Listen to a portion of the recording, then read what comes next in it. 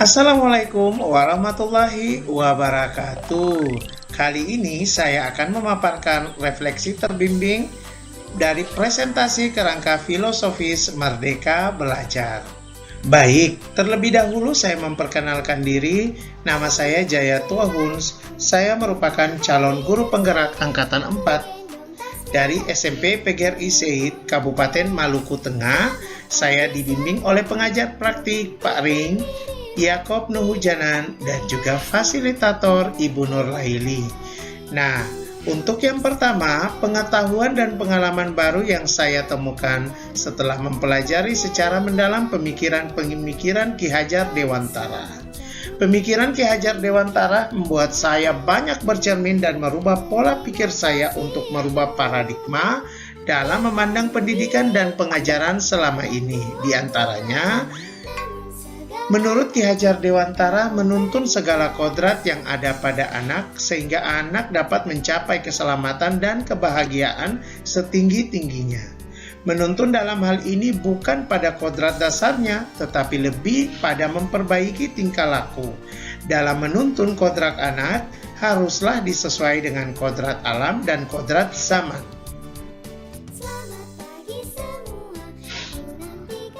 Pendidikan haruslah menyesuaikan dengan kodrat alam yang berkaitan dengan sifat dan bentuk lingkungan di mana anak berada, serta kodrat zaman yang berkaitan dengan isi dan irama di zaman tersebut. Artinya bahwa setiap anak telah memiliki karakter masing-masing. Kita guru tidak bisa menghapus karakter dasar ini. Yang bisa dilakukan guru adalah menunjukkan dan membimbing mereka agar muncul sifat baik, sehingga menutupi sifat-sifat jeleknya. Kodrat zaman ini bisa diartikan bahwa kita sebagai guru harus membekali keterampilan kepada anak sesuai dengan zamannya, agar mereka bisa hidup, berkarya, dan menyesuaikan diri. Guru harus menghamba pada anak yang mengandung makna pendidikan, haruslah berorientasi pada kebutuhan anak, sehingga anak akan berkembang sesuai minat dan bakatnya, sehingga ke depan anak siap menghadapi tantangan di zaman mereka. Merdeka belajar yang diinginkan Ki Hajar Dewantara adalah memberikan kebebasan kepada anak, sehingga anak bebas berekspresi, berinovasi, berkarya, dan berkolaborasi tanpa dengan paksaan atau hukuman. Dengan merdeka belajar, maka pendidikan dapat diakses di mana, kapan, dari siapa saja.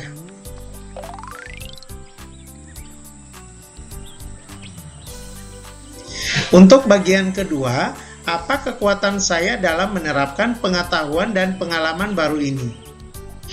Yang menjadi kekuatan saya adalah saya memahami karakteristik dari peserta didik. Saya dapat menjadi pribadi teladan bagi peserta didik, memiliki kemampuan dalam hal komunikasi dan bergaul secara efektif antar sesama rekan sejawat, tenaga kependidikan, wali peserta didik, dan masyarakat sekitarnya. Saya memiliki pengetahuan dalam membelajarkan peserta didik dengan model-model pembelajaran yang berpusat pada peserta didik. Selain itu, dengan pengetahuan materi pembelajaran sesuai dengan keahlian saya dan pengetahuan IT yang dapat mendukung proses pembelajaran. Yang ketiga, hal yang perlu dirubah pada diri saya. Yang pertama, meningkatkan kedisiplinan sehingga dapat menjadi teladan bagi peserta didik. Yang kedua, merancang pembelajaran yang berpusat pada peserta didik dan menerapkannya secara konsisten baik di dalam kelas maupun di luar kelas.